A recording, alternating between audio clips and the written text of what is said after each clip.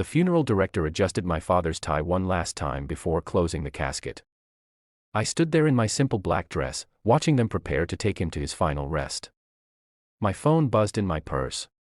I'd forgotten to silence it. "I've changed your locks. This building is for respectable people only." The text was from Diane Morrison. My neighbor from Unit 4B. Attached was a photo of my apartment door with a shiny new deadbolt installed. My hands shook as I read her follow-up message. "Your loud music, strange visitors, and irregular hours are done. Pack your things from the hallway when you get back. Diane Morrison, Building Committee Chair." I almost laughed at the absurdity. Loud music. I was a classical pianist who practiced with headphones after 6 p.m. Strange visitors. Those were my father's hospice nurses coming to check on me after his death. Irregular hours. I'd been at the hospital and funeral home for 2 weeks straight. "Sophia, we're ready," the funeral director said gently. I slipped my phone back into my purse. My father deserved my full attention today. Diane Morrison could wait. The service was beautiful. My father, Anthony Reeves, had touched many lives as a high school history teacher. Former students, now adults with children of their own, came to pay their respects. They shared stories of how he'd inspired them, helped them through tough times, or simply made them laugh with his terrible history puns. "Your father was so proud of you," his best friend Carl whispered to me. "He talked about you constantly, his daughter. The financial genius who was going to change the world." I squeezed Carl's hand. Dad had been my biggest cheerleader when I left my corporate job to start my own investment firm. He'd even been my client, trusting me with his modest retirement savings. That initial investment had grown enough to pay for his care during his final illness and still leave a substantial sum. What Carl didn't know, what nobody except my lawyer knew, was that my father had been far wealthier than anyone imagined. His frugal lifestyle and modest teacher's salary had hidden a brilliant investor who'd quietly amassed a fortune through decades of smart decisions. He'd left everything to me, including his crown jewel, the entire Rosegate Commons building where I lived. My phone buzzed again. This time it was building security. "Miss Reeves, there's a situation at your apartment. Mrs. Morrison is insisting we evict you immediately. She says you're trespassing." "I'm at my father's funeral," I said quietly, stepping away from the crowd. "I'll be there in 2 hours." "She's quite insistent." "Ma'am, she's called the police." "Let her. I'll handle it when I arrive." I returned to the graveside service, watching them lower my father into the ground next to my mother. He'd bought these plots 30 years ago. Always planning ahead. Just like he'd planned ahead when he'd purchased Rosegate Commons through a shell company. Maintaining his anonymity while ensuring he always had control over his home. The drive back to the building took 40 minutes. I could see the flashing lights from 2 blocks away. 3 police cars and building security were clustered outside the main entrance. Diane Morrison stood in the center, gesticulating wildly in her designer suit. I parked in my assigned spot, the one Diane had tried to have reassigned to herself 6 months ago, and walked calmly toward the commotion. "There she is," Diane shrieked. "Arrest her. She's trespassing." Officer Bryant, whom I recognized from previous building disputes, looked tired. "Ma'am, we've been through this. She's a legal resident. You can't just change someone's locks." "I'm the building committee chair. I have the authority to remove disruptive tenants." "No. You don't," I said quietly. Everyone turned to look at me. Diane's face flushed. "You have some nerve showing up here dressed like that." She gestured at my funeral attire with disgust. "Trying to manipulate everyone with your sob story. Well, it won't work. I know what you really are, a woman who entertains men at all hours, plays that awful music, and brings down our property values." The men were hospice nurses.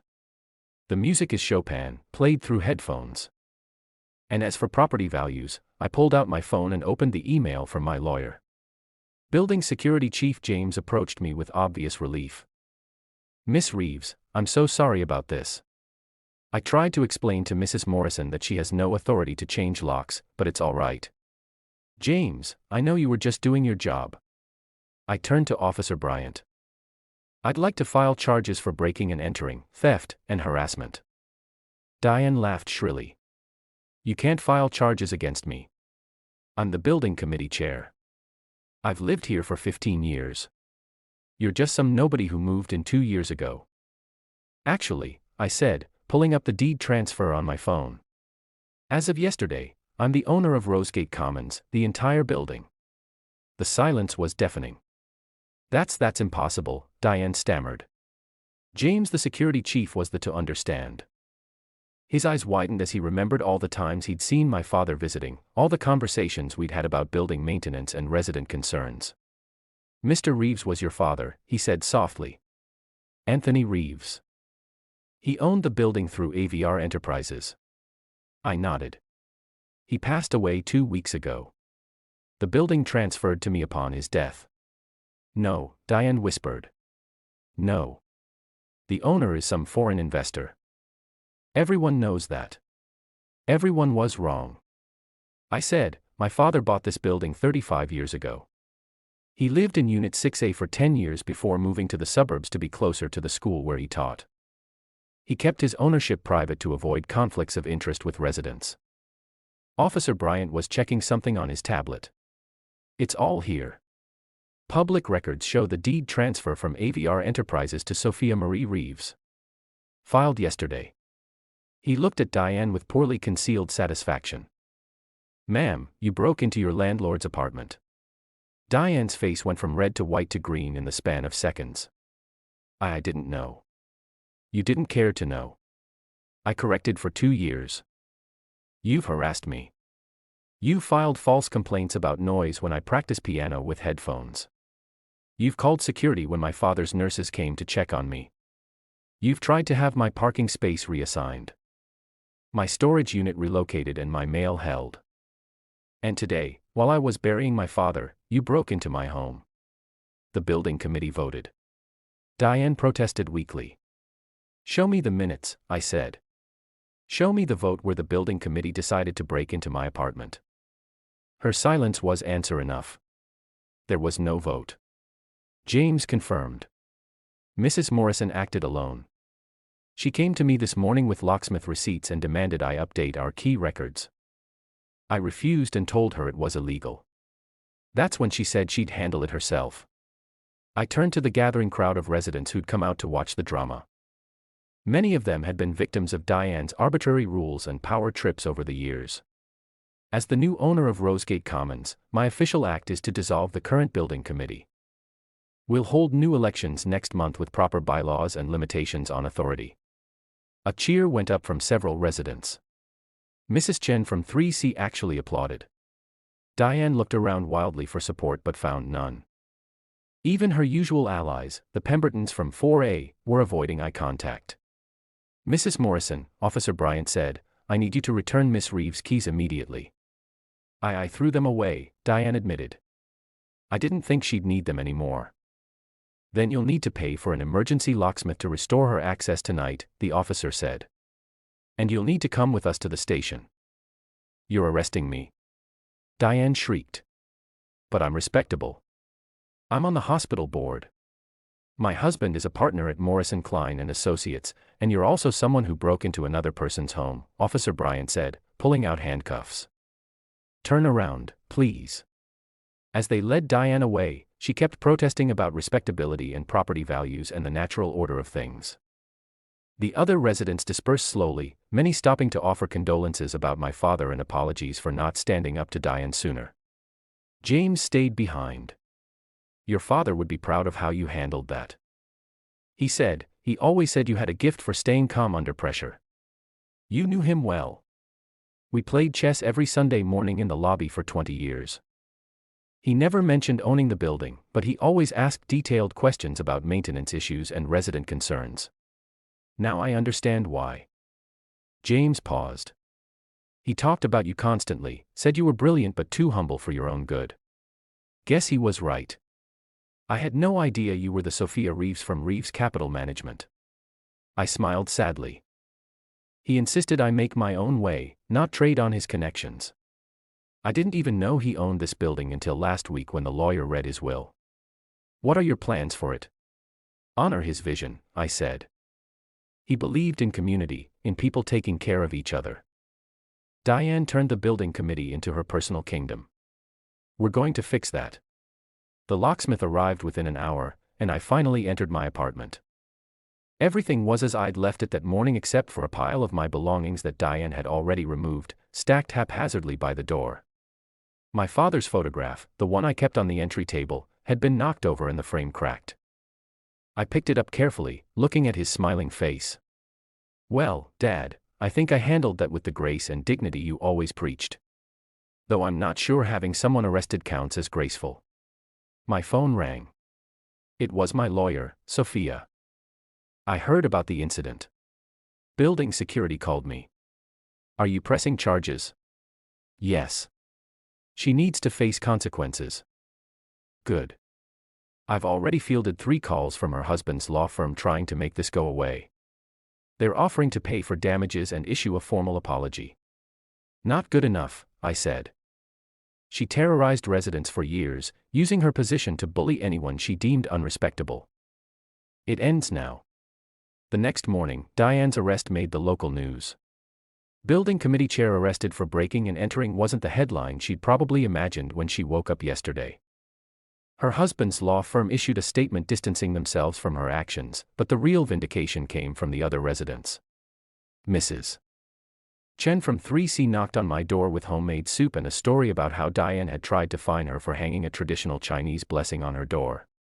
She said it wasn't in keeping with the building's aesthetic. Mrs. Chen explained, but it was a gift from my grandmother. Tom and Mark from 2F shared how Diane had tried to prevent them from adopting a child, claiming 2 men raising a baby would disturb the peace. They'd fought her for months before giving up and looking for another place to live. Please don't make us move. Tom said, this is our home. Nobody's moving. I assured them. In fact, if you're still interested in adopting, my father's will included provisions for family-friendly renovations to the building. We're adding a playground and child-proofing the common areas. The stories kept coming. Diane had denied a wheelchair ramp request as unsightly. She'd rejected a therapy dog as disruptive. She'd even tried to evict a young teacher for having students visit for tutoring, claiming it was running a business from home. Each story strengthened my resolve. My father had bought this building to create a community, not a kingdom for petty tyrants. The criminal case moved quickly. Diane's lawyer tried to argue it was a civil matter between landlord and tenant, but the prosecutor, who happened to live in a building with a similar HOA horror story, disagreed. Mrs. Morrison used her perceived authority to commit breaking and entering. The prosecutor argued she destroyed property, attempted theft, and showed premeditation by arranging the locksmith in advance. The fact that she chose to do this while Miss Reeves attended her father's funeral shows particular cruelty. Diane pleaded no contest to misdemeanor breaking and entering. She was sentenced to probation, community service, and ordered to pay restitution. The judge also issued a restraining order preventing her from holding any position of authority in any residential building for 5 years. But the real consequences came from the civil suit. My lawyer was thorough, documenting years of Diane's discriminatory actions as building committee chair. The hospital board quietly requested her resignation. Her husband's law firm suggested she take an extended sabbatical from their charitable foundation work. The building newsletter, which Diane had controlled with an iron fist, published its free edition in years. The headline, New Beginnings at Rosegate Commons. It featured interviews with residents about their hopes for the building's future and a tribute to my father, the secret owner who'd protected them from the shadows. I found evidence of his protection everywhere. Rent increases that Diane had pushed for had been mysteriously rejected by ownership. Renovation requests she'd denied had been quietly approved and funded. Every time she'd tried to evict someone for arbitrary reasons, the management company had found reasons to delay or deny her request. Your father was a guardian angel, James told me. Now I understand why he always seemed to know when someone was struggling. 6 months later, Rosegate Commons was transformed. The new building committee, elected fairly, included Mrs. Chen, Tom, and Mark, and a rotating seat for newer residents. We'd installed the playground, added the wheelchair ramp, and created a community garden on the roof. Diane's unit went on the market after her divorce was finalized. Her husband, mortified by the scandal and furious about the impact on his firm's reputation, had left her for a younger associate who actually was everything Diane had accused me of being. The irony wasn't lost on anyone. I approved the sale to a young couple. She was a social worker. He was a freelance artist. Exactly the kind of unrespectable people Diane would have hated. They loved the building's new community spirit and immediately joined the gardening club. On the anniversary of my father's death, we held a memorial in the lobby. Residents shared stories of his kindness, how he'd secretly paid for groceries when someone was struggling, how he'd arranged job interviews for unemployed residents through his teaching connections. How he'd made everyone feel welcome regardless of their background. He never wanted credit. Mrs. Chin said, just wanted to help. I stood before his portrait, which now hung in the lobby with a plaque, Anthony Reeves, teacher, neighbor, friend, a man who believed in community. My phone buzzed with a text from an unknown number. I almost ignored it, then recognized the area code. It was from the state where Diane had relocated. I heard about the memorial. I'm sorry for everything. Your father was a good man, and you're a worthy successor. I was wrong about what makes someone respectable. DM. I didn't respond. Some bridges, once burned, don't need rebuilding, but I hoped she'd learned something from the experience. That evening, I sat in my apartment, the same one Diane had tried to take from me, playing Chopin on my piano. No headphones this time. The music drifted through the building, and nobody complained. In fact, Mrs. Chen opened her door to listen better, and Tom and Mark brought their newly adopted daughter to sit in the hallway and hear the nocturne. This was what my father had envisioned, not a building of respectable people, but a community of good people. People who supported each other, who celebrated differences, who understood that true respectability came from how you treated others, not from your job title or bank account. As the last notes faded, I heard applause from the hallway. My neighbors had gathered, drawn by the music Diane had called awful. They smiled and waved before returning to their homes, leaving me alone with my thoughts and my father's photograph. I think I'm doing okay, Dad, I whispered. The building is what you always wanted it to be, a real home for everyone. And somewhere in the distance, I could swear I heard his voice on the wind. That's my girl. Always knew you'd change the world. I closed the piano and prepared for bed, secure in my home, surrounded by my community, carrying forward my father's legacy of quiet kindness and fierce protection of those who needed it most. The locks on my door were new, but they opened to the same truth they always had. Home isn't about who has the fanciest apartment or the most prestigious title. It's about belonging, acceptance, and the courage to stand up for what's right. Even if you have to do it in your funeral dress while your father's grave is still fresh, sometimes that's when it matters most. Share your thoughts in the comments section. Thanks for your precious time. If you enjoyed this story, then please make sure you subscribe to this channel.